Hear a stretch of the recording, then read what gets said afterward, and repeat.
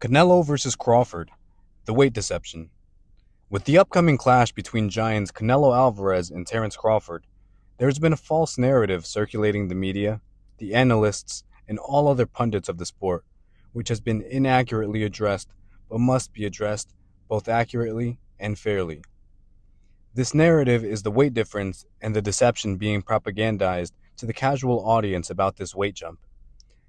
Every analyst favoring Crawford will either begin or emphasize in their arguments something along the lines of, Terence Crawford is jumping up 3 weight classes. That's the only thing that I'm worried about for Bud in this fight. Can he handle the power, and can he hit with power at 168?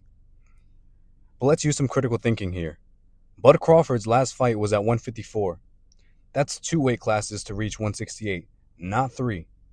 And Bud took a full year off after whooping Spence at 147, and it was clear Bud would move to 154 so long as Spence did not activate his rematch clause. And because Spence didn't activate it by the end of 2023, Bud had plenty of time to bulk, and he did not look undersized against Madrimov at 154. Now he's taking 13 months off on top of that to bulk yet again to 168, to face a small 168-pounder in Canelo. Some people may want to compare this to Jermell Charlo moving up, but that is not a fair comparison, since Charlo only had 3 months' notice that he would be facing Canelo, all because his brother, Jermall, turned down the fight, but Jermell refused to turn the smoke away. Meanwhile, Bud has known he would face Canelo ever since he beat Madrimov, and we know this because the money man, Turki Al-Sheikh, also known as T. Diddy, had promised Crawford the Canelo fight since at least August 2024, if not sooner. In fact, he even got in the ring with Crawford and called out Canelo on his behalf. This coming from the guy who offered so much money to Fury and AJ that they were willing to fulfill Turkey's wet dream of seeing them box versus former champion of the UFC, Francis Ngannou. But I digress. Canelo is basically a 160-pounder that doesn't like to cut much weight anymore. A true or a big 168-pounder would be guys like Plant, Munguia, Pacheco, and Mbili, all of which are bigger than Canelo. Let's just look at Canelo's last fight versus Skull. William Skull looked huge compared to Canelo. But what's the recurring theme in these fights?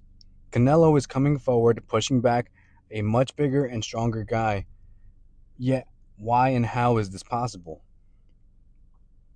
It's because Canelo himself is an elite skilled fighter and not just a one-punch KO artist, which is what many of the pros and analysts try to manipulate you into thinking. Canelo is not Deontay Wilder, just looking for that one shot. He's outboxing these guys and winning wide decisions because his power has not been carrying into the later rounds, most likely due to hand injuries, which is why he has been dropping his opponents in early parts of the fight, but can't finish them off later. This happened 4 fights in a row, against Ryder, Charlo, Munguia, and Berlanga, who I call Bernalgas. The point is that Canelo is not a huge guy at 168, or even average size. He's small at 168. Let's consider some evidence for this argument. Some pundits and boxing fans will claim that Benavidez was in talks for a fight with Bud Crawford. And it's true. But what is left out of the headline is that T. Diddy wanted the fight at 160. Benavidez can't even dream of cutting down to 160. Not even surgery on all his loose fat skin would bring him down that far. So this begs the question, why didn't the money man T. Diddy try to negotiate with Benavidez in good faith? Why not a realistic option? Why suggest a fight at 160 with Benavidez, but a fight at 168 with Canelo if they're both from the same weight division? Well, the answer is simple. Benavidez is a true or even a big 168-pounder, and they knew he was far too big for Bud to fight at 168.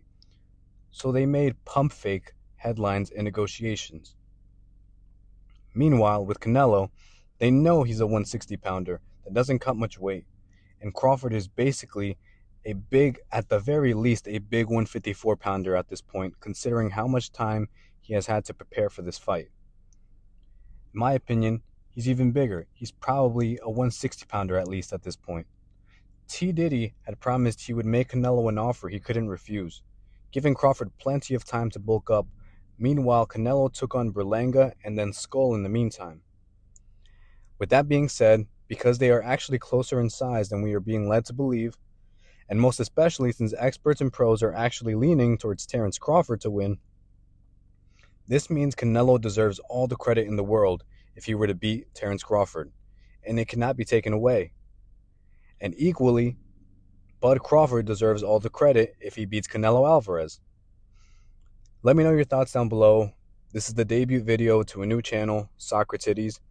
We attack arguments with critical thinking, and we also joke and talk shit, but we'll always do our due diligence to support our arguments. Like, subscribe, and stay tuned for more.